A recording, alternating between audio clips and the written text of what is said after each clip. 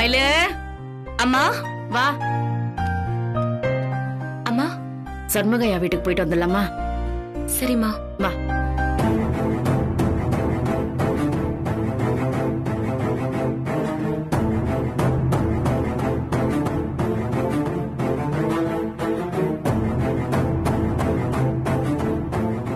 மலரு,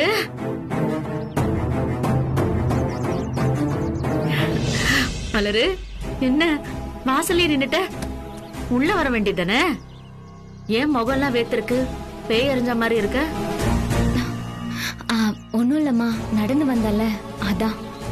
ஏதோ சரியில்லைன்னு தோணுதுடி உன்னை பார்த்தா. சரி, நீ உள்ள போ, நான் கொஞ்சம் வெளியில போயிட்டு வந்துடுறேன்.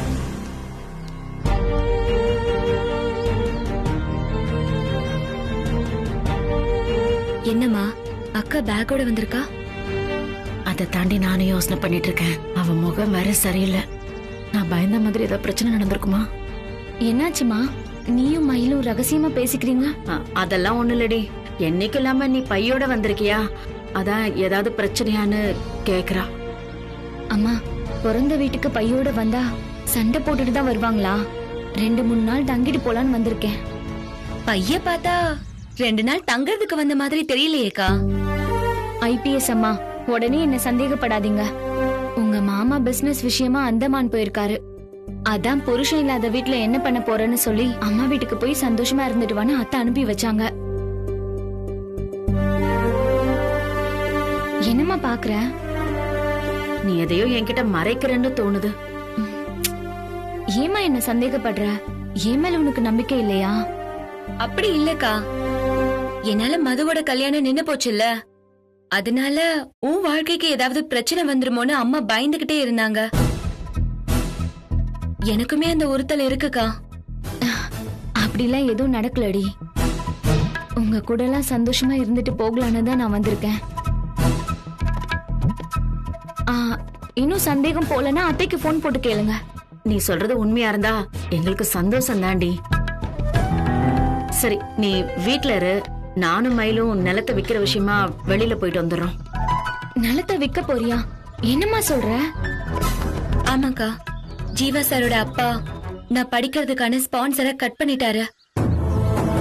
நான் இந்த வருஷம் ஐபிஎஸ் எக்ஸாம் எழுதணும்னா உடனே 3 லட்சம் பணம் கட்டணும்க்கா. அடுத்த வருஷம் எழுதிக்கிறேன்னு நான் அம்மா கிட்ட சொல்றேன். ஆனா அம்மா தான் நிலத்தை வித்து படிக்க வைக்கிறேன்னு அடம் பிடிக்கிறாங்க. எனக்கு இதுல சுத்தமா இஷ்டம் இல்லக்கா. நீ அது கொஞ்சம் அம்மா கிட்ட சொல்லுக்கா. நீ எடுத்த முடிவு எனக்கும் சரியா படலமா. அந்த நிலம் நீ கஷ்டப்பட்டு சம்பாதிச்சது, அது விக்கிறது என்னாலே ஏத்துக்க முடியாதுமா. அம்மா, உனக்கு பணம் தானே வேணும். என் செயின் நகையெல்லாம் தர, அதை வித்து அவளை படிக்க வை. மலரு, தங்கச்சிக்காக உன் நகையை கொடுக்கறேன்னு சொல்ற பாரு, இந்த மனசு யாருக்கும் வராதுடி. எனக்கு ரொம்ப சந்தோஷமா இருக்கு. ஆனா உன் நகையை வித்து பணம் புரட்ட நான் ஒத்துக்க மாட்டேன். ஏமா, இது என் கழுத்துல சும்மாதான் இருக்கு. என் தங்கச்சிக்கு நான் உதவ கூடாதா? இல்ல எனக்கு அந்த உரிமை இல்லையா? எங்களுக்கு அதை வாங்கிக்கிற உரிமை இல்லடி. உன்னை எப்ப இன்னொரு வீட்டுக்கு கல்யாணம் பண்ணி கொடுத்தோமோ அப்பவே அந்த நகையெல்லாம் அவங்க வீட்டு சொத்தாயிடுச்சு. நம்ம வீட்டு பொண்ணு படிக்கிறதுக்கு அவங்க சொத்தை விக்கிறது அசிங்கம்ல. இந்த வீட்டு பொண்ணாதான் நான் இப்ப வந்திருக்கேம்மா. இந்த நகையை நீ தாராளமா வித்துக்கலாம். ஆனா இத வெளிப்படையா சொல்ற நிலைமையில நான் இப்ப இல்லம்மா. என்ன மலர் யோசிக்கிற? ஒண்ணும் இல்லம்மா, உன் இஷ்டப்படியே செய். அக்கா, நிலத்தை விக்கிறதுல உனக்கு ஒண்ணும் வருத்தம் இல்லையே? இல்லன்னு போய் சொல்ல மாட்டேமா. இல்ல, அம்மாவோட சொத்தை விக்கிற நிலைமை வந்துருச்சேன்னு கஷ்டமா தான் இருக்கு. ஆனா இதுல உனக்கு ஒரு நல்லது நடக்க போதுல, அத நினைச்சுதான் மனசு தேத்திக்கிறேன். முட்டாளா கனி? நமக்கு இருக்கிற ஒரே சொத்து அந்த 2 ஏக்கர் தான். இவளுக்காக அதையும் வித்துட்டா நாம எங்க போறது? தெரு தெருவா தட்டை எந்திக்கிட்டு தெரியறதா? ஏன் இப்படி எல்லாம் பேசுற? மயில் படிப்புக்கு தானே நம்ம அம்மா நிலத்தை விக்கிறேன்னு சொல்றாங்க. நிலத்தை வித்துதான் படிக்க வைக்கணும்னு என்னக்கா கட்டாயம் இருக்கு? அவ்வளவு செலவாகும்னா அப்படி ஒரு படிப்பு தேவையே இல்லையே. நம்ம தகுதிக்கு ஏத்த மாதிரி வேற ஏதாவது படிக்கலாம். இல்லனா படிச்சது போதும்னு வேலைக்கு போகட்டும். என்னடி பேசுற நீ? ஐபிஎஸ் ஆகணுங்கிறது அவளோட லட்சியம். அது அம்மாவோட ஆசையும் கூட. நான் கூட தான் கார் வாங்கணும், 1 லட்சத்துக்கு போன் வாங்கணும்னு ஆசைப்படுறேன். நிலத்தை வித்து என் ஆசையை நிறைவேற்ற சொல்லு. ஏய், தேவையில்லாத ஆசைக்கும் நியாயமான ஆசைக்கும் வித்தியாசம் இல்லையாடி? எது தேவை எது நியாயங்கிறது ஆள் ஆளுக்கு மாறும்க்கா. நிலத்தை வித்து இவள போலீஸ் ஆக்கணுங்கிறது எனக்கு நியாயமா படல. இப்ப வேற என்ன பண்ணலாங்கிற நீ? ஏன் இத்தனை வருஷம் வைராகியத்தை குழி தோண்டி புதைச்சிரவா? நான் அப்படி சொல்லலமா. நீ இவள ஐபிஎஸ் ஆக்குறதுல எனக்கு எந்த பிரச்சனையும் இல்ல. அதுக்காக நிலத்தை வைக்கிறேன்னு சொல்ற பாரு, அதுதான் பிரச்சனையா இருக்கு.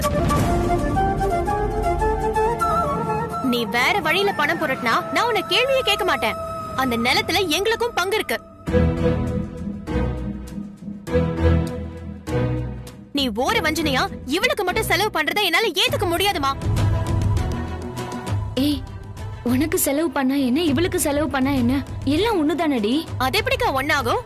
தாயும் பிள்ளையும் ஒண்ணுனாலும் வாயும் வயிறும் வேற தானே.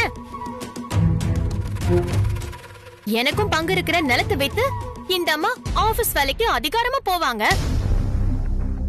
ஏன் பங்கு நிலத்தை பறி கொடுத்துட்டு நான் அனாதையா நிக்கணுமா? மலரக்கா, உன் பங்கு நிலத்துக்கு பதிலா உன் கல்யாணத்துக்கு அம்மா நகையா பண்ணி போட்டுருச்சு. உனக்கு பங்கு இல்லாத நிலத்தை நீ தியாகம் பண்ணலாம். நான் அப்படியெல்லாம் விட்டு தர முடியாது. ஏய், நீ விடு மலரு. இவகிட்ட பேசலாம் எனக்கு நேரம் இல்ல. 2 நாள்ல பணத்தை புரட்டி இவளுக்கு கட்டி ஆகணும். நாங்க கிளம்புறோம். நீ வாமா. இல்ல நில்லுமா. நான் நிலத்தை விற்க கூடாதுன்னு சொல்லிக்கிட்டு இருக்கேன். நீ பாட்டுக்கு கிளம்பி போனா என்ன அர்த்தம்? என்னோட நிலத்தை நான் விக்கிறதுக்கு எனக்கு யாரோட அனுமதியும் தேவையில்லைன்னு அர்த்தம். முடியாதுமா. நீ ஏதோ பெருசா ஆசைப்பட்ட, அது நடக்கலன்னா விட்டு. அதுக்காக இவ்ளோ பிடிவாதமா இருக்கணும்னு அவசியமே இல்ல. ஐபிஎஸ் ஆகலனா இவ வாழ்க்கையே முடிஞ்சிடுமா? இல்ல இவ செத்து போயிடுவாளா?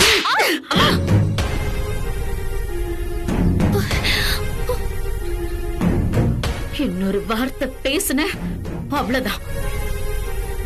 என்ன நினைச்சிட்டு இருக்க உன் மனசுல? கோபத்துல என்ன வேணாலும் பேசலாமா? ஒரு வரமுறை வேண்டாம். இப்ப சொல்றேன் கேட்டுக்க. இது நான் உழைச்சு சம்பாதிச்ச நிலம். இது என்ன வேணாலும் பண்ணிக்கிறதுக்கு எனக்கு உரிமை இருக்கு. பெத்த பொண்ணா இருந்தாலும் கேள்வி கேட்க உரிமை கிடையாது. நான் கேட்பேமா. வாயை மூடிட்டு பேசாம இருடி. ஏன் சண்டையை வளர்த்துட்டு இருக்க? நான் இந்த விஷயத்தை சும்மா விட மாட்டேன்க்கா. வக்கீல வச்சு லீகல் நோட்டீஸ் அனுப்புவேன். அனுப்புடி, அனுப்பு. கோர்ட் என்ன சொல்லுதுன்னு நானும் பாக்குறேன். அம்மா, அக்காக்கு விருப்பம் இல்லன்றப்ப நாம ஏமா நிலத்தை விக்கணும்? நம்ம வேற ஏதாவது வழி பாத்துக்கலாமா? நீ கொஞ்சம் பேசாம இரு. அவ கூட சேர்ந்துக்கிட்டு நீயும் என்ன நோகடிக்காத. மலரு, நாங்க போயிட்டு வரோம். நீ வா. போங்க போங்க. என்ன மீறி எப்படி விக்கிறீங்கன்னு நானும் பாக்குறேன்.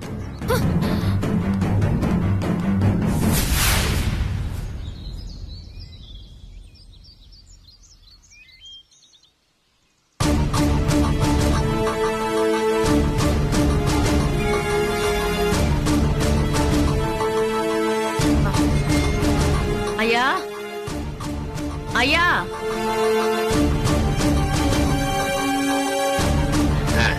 ஐயா வணக்கங்கய்யா.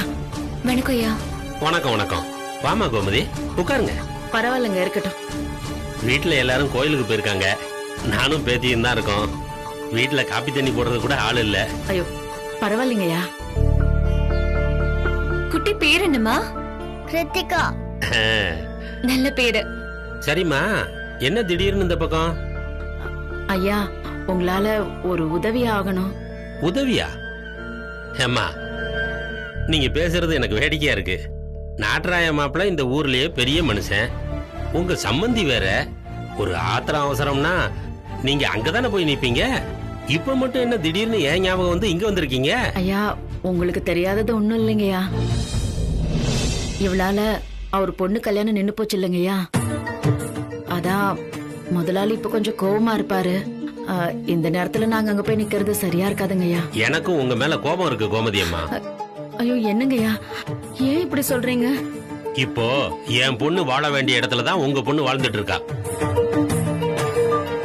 நாட்டராய மாப்பிளைய என் நண்பனா மட்டும் இல்ல, என் சம்பந்தி ஆகணும்னு ஆசைப்பட்டேன். உங்களால அது கெட்டு போச்சு. ஐயோ ஐயா, சத்தியமா எனக்கு எதுவும் தெரியாதுங்க. சின்னஞ்சரசுங்க ஏதோ ஆசைப்பட்டுச்சுங்கன்னு நாங்க சேர்த்து வச்சோம். அத நீங்க மனசுல வச்சுக்கிட்டு. சேச்சே, நான் அந்த மாதிரி ஆள் கிடையாதுமா. ஏதோ என் மனசுல கொஞ்சம் உறுத்தலா பட்டுச்சு, அதான் சொன்னேன். ஆனாலும் என் ஆசைக்கு குறுக்க நின்னவங்கள காலம் எங்கிட்டயே வந்து நிக்க வச்சிருச்சு பாத்தீங்களா, எனக்கு அது போதும். சரி, அதை விடுங்க. என்ன விஷயமா வந்தீங்க சொல்லுங்க. ஐயா, இவள ஒரு பெரிய போலீஸ் ஆபீசர் ஆக்கணுங்கிறது தான் என்னோட லட்சியம், ஆசை எல்லாம். ஐபிஎஸ் பரீட்சை எழுதுறதுக்கு இவ அகாடமில சேர்ந்து படிச்சிட்டு இருந்தா. படிப்புக்கு உதவி செஞ்சவங்க திடீர்னு அதை நிறுத்திட்டாங்கய்யா. இன்னும் 2 நாள்ல 3 லட்சம் ரூபாய் இவளுக்கு பணம் கட்டணும். அதான் என்னோட நிலத்தை விற்கலான்னு. நிலத்தை விற்க போறீங்களா? உங்க முடிவு எனக்கு சரியா படலையம்மா. நீங்க இந்த ஊருக்கு வந்ததுல இருந்து நான் உங்களை பாத்துட்டு இருக்கேன். கூலி வேலை, எஸ்டேட் வேலைன்னு என்னென்ன வேலை கிடைச்சதோ அதையெல்லாம் செஞ்சு சிறுக சிறுக ஒவ்வொரு சென்டா சேர்த்து இன்னைக்கு 2 ஏக்கர் நிலம் வச்சிருக்கீங்க. இவ்வளவு கஷ்டப்பட்டு சேர்த்த நிலத்தை விக்கணும்னு எப்படி உங்களுக்கு மனசு வருது? படிப்பை விட பெரிய சொத்து இல்லைங்கய்யா. என் வாழ்க்கையில எனக்கு இருக்கிற ஒரே படிப்பு என் 3 பொண்ணுங்க தான். அம்மா, இவங்களுக்காக தான் நான் அந்த நிலத்தை வாங்கினே தவிர சொத்து சேர்க்கறதுக்காக இல்லைங்கய்யா. நிலத்துல போடுற பணம் நிலமா தான் இருக்கும். ஆனா படிப்புல போடுற பணம் இந்த மாதிரி நிறைய நிலத்தை சம்பாதிச்சு கொடுக்குங்கய்யா. அந்த நம்பிக்கையில தான் நான் நிலத்தை விக்கிறேன். பெரிய மனசு பண்ணி நீங்க இதை வாங்கிக்கிறீங்களா? இல்லம்மா, நான் இந்த மாதிரி சின்ன சின்ன இடங்கள்லாம் வாங்குறது இல்ல. ஒரு 10 ஏக்கர் 20 ஏக்கர்னா ஒரு அக்ரிமெண்ட்டை போட்டு அப்படியே கைமாத்தி விட்டுருவேன். 2 ஏக்கரை வாங்குறதுல எனக்கு என்னமா பிரயோஜனம் இருக்க போகுது சொல்லுங்க?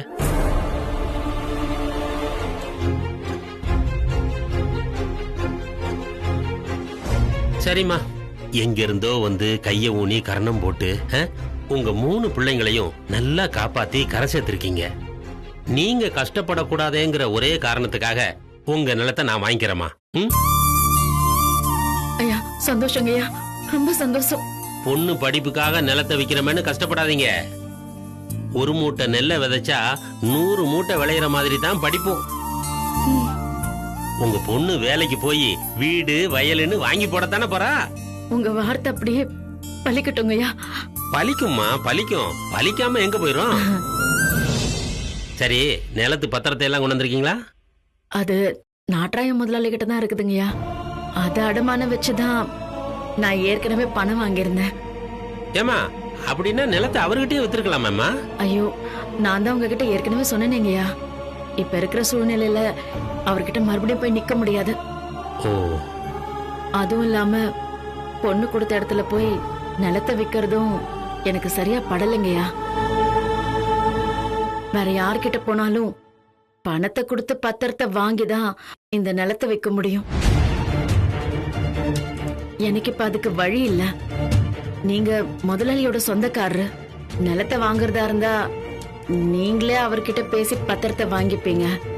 அதான் ஏன் உங்ககிட்ட வந்தேன். நீங்க சொல்றது வாஸ்தவம் தான்மா. சரி, நிலத்தை என்ன தொகைக்கு அடமானம் வச்சிருக்கீங்க? அசலும் வட்டியும் சேர்ந்து ஒரு 6 லட்சத்துக்கு மேல வருங்கய்யா. சரிம்மா, அதை நான் நாட்டராய மாப்பிள்ளை கிட்ட பேசிக்கிறேன். உங்க நிலத்துக்கு நான் ஒரு 10 லட்சம் ரூபாய் மதிப்பு போட்டு வாங்கிக்கிறேன். நாட்டராய மாப்பிள்ளைக்கு என்ன சேரணுமோ அதை கொடுத்துட்டு மிச்ச தொகையை உங்களுக்கு கொடுத்துறேன். சரியா? சரிங்கய்யா, நல்லது. இன்னைக்கே பத்திரத்தை மீக்கிறத பத்தி மாப்பிள்ளை கிட்ட பேசுறேன். நாள் நல்லா இருந்தா நாளைக்கே கிரயம் பண்ணிடுவோம். இது இவ்வளவு சீக்கிரம் முடியும்னு நாங்க நினைக்கவே இல்லைங்கய்யா. நீங்க என் நிலத்தை வாங்கிக்கணும்னு அவசியமே இல்லைங்கய்யா. ஆனா என் பொண்ணு படிப்புக்காக பெரிய மனசு பண்ணி வாங்கிக்கிறேன்னு சொல்றீங்க. உங்களுக்கு எப்படி நன்றி சொல்றதுன்னே தெரியலங்கய்யா. அட, இதுல என்னம்மா இருக்கு? கஷ்டத்துல உதவுறவன் தாம்மா மனுஷன். நீங்க நினைச்ச மாதிரியே உங்க பொண்ணு படிச்சு பெரிய ஆபீசரா வருவா. சந்தோஷமா போயிட்டு வாங்க. வரங்கய்யா. போயிட்டு வாங்க. வரங்கய்யா. பாய் சொல்லு. பாய். பாய். வா.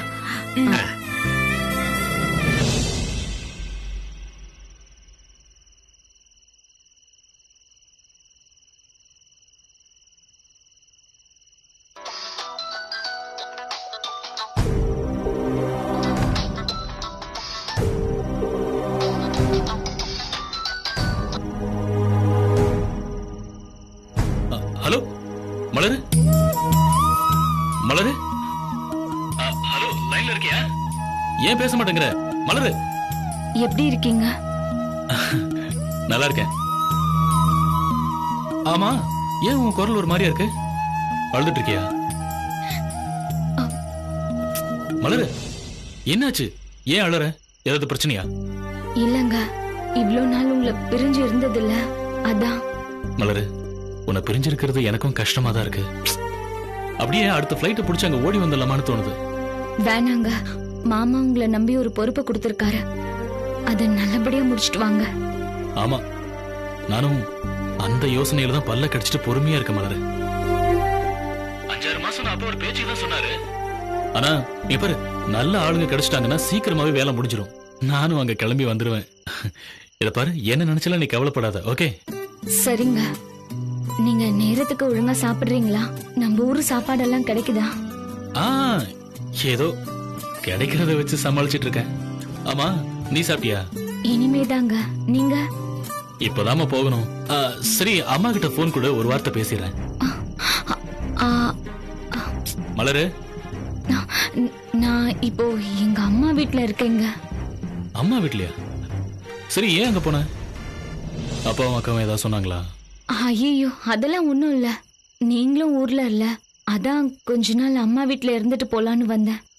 மலரு, நிஜமாவே இதான் காரணமா இல்ல ஏதாவது மறைக்கிறியா? இல்லங்க, நான் எதுக்கு உங்ககிட்ட போய் சொல்ல போறேன்? அம்மா தங்கச்சிங்களோட சந்தோஷமா இருக்கலான்னு வந்தேன். வேணும்னா அத்தை கிட்ட கேட்டு பாருங்களேன். இல்ல, நீ அங்க இருக்கிறதும் ஒரு வகையில நல்லதுதான் மலரு. நான் ஊர்ல இருக்கிறப்பவே அம்மாவை தவிர மத்தவங்க எல்லாம் உன்னை வேற மாதிரி தான் நடத்துவாங்க.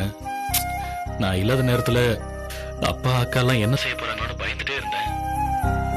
நான் வேலை விஷயமா சுத்தினா கூட எனக்கு உன்னோட நினைப்பு தான் மலரு.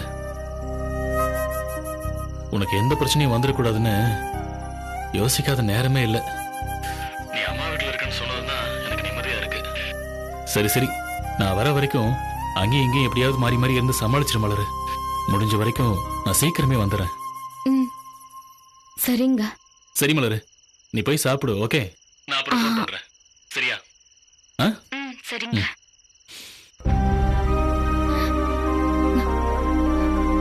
உங்ககிட்ட போய் சொன்னதுக்கு என்ன மன்னிச்சிடுங்க. நான் அம்மா வீட்டுக்கு வந்தது தற்காலிகமா இல்ல நிரந்தரமானு எனக்கு தெரியலங்க. நீங்க வந்தாதான் என் வாழ்க்கைக்கு ஒரு முடிவு தெரியுங்க. அக்கா, என்னக்கா? மாமா போன் பண்ணியிருந்தாரு, அதான் பேசிட்டு இருந்தேன். என்கிட்ட கொடுத்திருந்தா நானும் ஒரு வார்த்தை பேசிருப்பேன்ல. இல்ல, வேலையா இருக்காரு. சரி சரி, அம்மாவை எங்கேயாவது பாத்தியாக்கா? நானும் தேடி பார்த்தேன், காணோம். சரி, இங்க இல்லனா எங்க இருப்பாங்கன்னு தெரியும், வா போய் பார்க்கலாம்.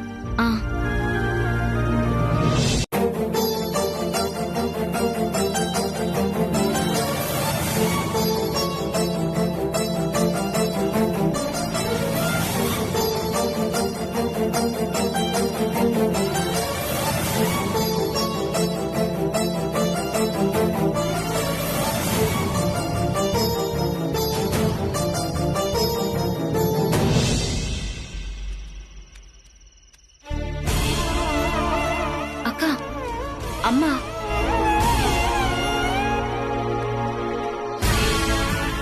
அம்மா,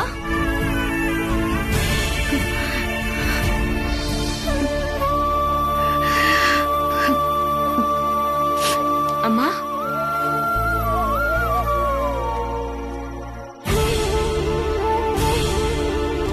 நீங்க ஏண்டிங்க வந்தீங்க? அம்மா, நீ ஏமா ராத்திரி நேரத்துல இங்க வந்து படுத்துட்டு இருக்க? கடைசியா ஒரு தடவை நம்ம நிலத்துல படுக்கணும் போல இருந்துச்சு.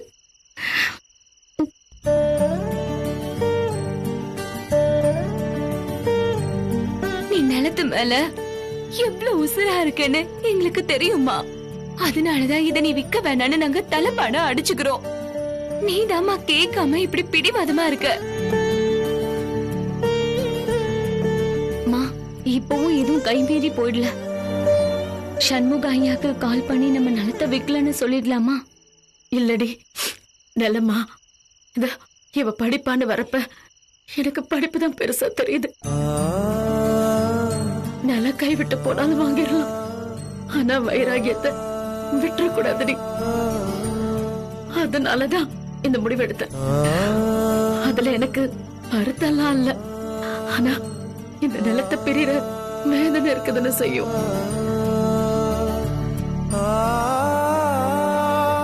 எனக்கு ஒரு வாழ்க்கையை கொடுத்து வாழறதுக்கான நம்பிக்கையை கொடுத்தது இந்த நிலம்தான். இத வெறும் மண்ணாவும் சொத்தாவும் பார்த்திருந்தா எனக்கு இந்த மன கஷ்டம் வராது. சாமியா நினைச்சதுனாலதான் பெரியப்ப வேதனையா இருக்கு. நான் சாமின்னு சொல்றது கொஞ்சம் அதிகமா தான் இருக்கும். ஆனா அதாண்டி நேசம். சாமி நமக்கு என்ன செய்யும்? நாம வேண்டினதையெல்லாம் வரமா கொடுக்கும்ல. இதோ இந்த சாமி அப்படிதாண்டி நான் கேட்டதையெல்லாம் அள்ளி அள்ளி கொடுத்துச்சு.